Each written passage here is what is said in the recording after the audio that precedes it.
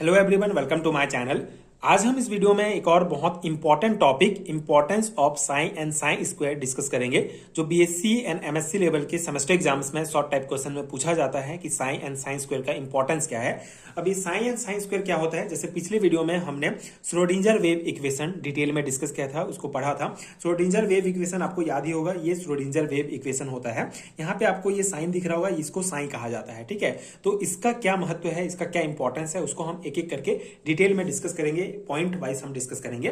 जैसे पहला पॉइंट है हमारा, the value of sine from Schrödinger equation is called the wave function और आइगेन फंक्शन, ठीक है। अब यहाँ पे कॉन्सेप्ट क्या है, साइन का मतलब क्या होता है। बेसिकली श्रोडिंजर इक्वेशन को हल करने पर साइन का जो वैल्यू प्राप्त होता है, ठीक है, श्रोडिंजर वेव इक्वेशन को हल करने पर साइन का जो वैल्यू प्राप्त होता है उसको वेव फंक्शन या आइगेन फंक्शन कहा जाता है, ठीक है। तो साइन के वैल्यू को वेव फंक्शन या आइगेन फंक्शन कहा जाता है। सेकेंड पॉइंट है हमारा, the wave function psi contain all the information we want to know about the system, ठीक है। तो अगर हमको किसी भी सिस्टम के बारे में जो भी जानकारी चाहिए होती है वो हमको साइन के द्वारा प्राप्त होता है। मतलब हम किसी पार्टिकल्स के बारे में कुछ भी जानना चाहते हैं तो वो हमको साइन में मिलता है, ठीक है। जो किसी इक्वेशन में अगर साइन है तो साइन के द्वारा ये कंटेन किया जाता है, ठीक है। इस वेव फंक्शन या आइगेन फंक्शन के द्वारा हमको सिस्टम का जितना भी इंफॉर्मेशन है वो प्राप्त होता है।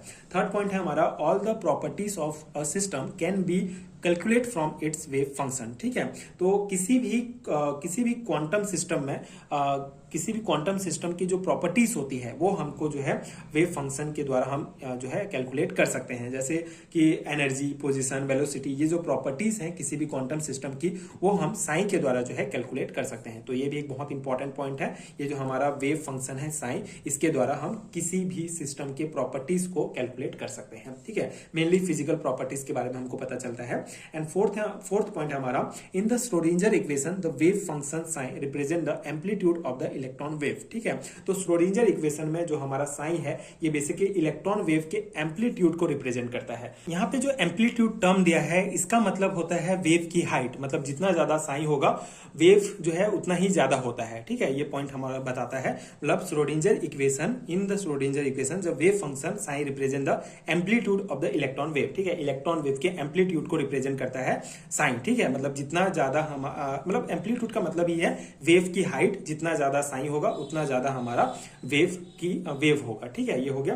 एंड फिफ्थ पॉइंट हमारा, in a given space the probability of a finding an electron at a particular point is proportional to psi square, ठीक है। फिफ्थ पॉइंट में बताता है कि ये हमारा साइन स्क्वायर क्या होता है। बेसिकली साइन स्क्वायर बताता है कि किसी स्पेस पर, ठीक है, किसी भी एक पर्टिकुलर स्पेस पर किसी भी पर इलेक्ट्रॉन के मिलने की प्रोबेबिलिटी, उसकी संभावना कितनी होती है, ठीक है। ये 4 पॉइंट में हमने साइन क्या होता है समझ लिया। अब साइन स्क्वायर क्या होता है, ये क्या बताता है, साइन स्क्वायर बताता है बेसिकली कि किसी स्पेस पर इलेक्ट्रॉन के मिलने की प्रोबेबिलिटी, जैसे ये हमारा न्यूक्लियस है और इसके चारों तरफ ये एक स्पेस है, तो इस स्पेस पर इलेक्ट्रॉन के मिलने की जो संभावना है, जो प्रोबेबिलिटी है, वो कितनी ज्यादा है वो बताता है साइन स्क्वायर, ठीक है। मतलब साइन स्क्वायर जितना ज्यादा होगा इलेक्ट्रॉन के मिलने की जो प्रोबेबिलिटी है वो उतना ही ज्यादा होता है, ठीक है। ये हमारा शो करता है sine square. Thus, sin square indicate the probability of finding on an electron with energy E in a specific region of space, ठीक है। ये sin square ये भी बताता है कि एनर्जी के साथ एक इलेक्ट्रॉन किसी स्पेसिफिक रीजन में कितनी प्रोबेबिलिटी के साथ मिलेगा, ठीक है। ये पॉइंट ये बताता है कि एनर्जी के साथ कोई इलेक्ट्रॉन किसी एक स्पेसिफिक रीजन में, एक स्पेसिफिक स्पेस में कितनी प्रोबेबिलिटी के साथ मिलेगा, क्योंकि अलग अलग एनर्जी के लिए साइन स्क्वायर का मान जो है वो अलग अलग होता है, ठीक है। 7th पॉइंट है हमारा, if the coordinate of the particles and the region are known, then the probability of finding the electrons at that place is maximum where sin 2 is highest, ठीक है। तो ये सिंपल सा पॉइंट है, जिस जगह पर sin 2 का वैल्यू सबसे ज्यादा होता है, ठीक है, जिस जगह पर sin 2 का वैल्यू हाईएस्ट होता है वहां इलेक्ट्रॉन मिलने की संभावना सबसे ज्यादा होती है, ठीक है। ये पॉइंट कहा गया है। तो ये हमारे साइन एंड साइन 2 का इंपॉर्टेंस है।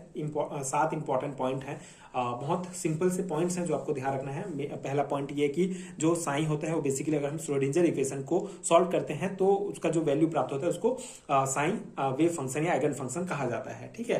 अब सेकंड पॉइंट ये है कि जो वेव फंक्शन साइन होता है ये सिस्टम के बारे में सभी इंफॉर्मेशन जो है रखता है, और सिस्टम का जो प्रॉपर्टीज है उसको भी जो है हम कैलकुलेट कर सकते हैं साइन के द्वारा। और ये जो है किसी भी इलेक्ट्रॉन वेव के एम्पलीट्यूड को जो है रिप्रेजेंट करता है। एंड साइन स्क्वायर बेसिकली किसी रीजन पर नंबर स्पेस में इलेक्ट्रॉन के पाए जाने की प्रोबेबिलिटी को शो करता है।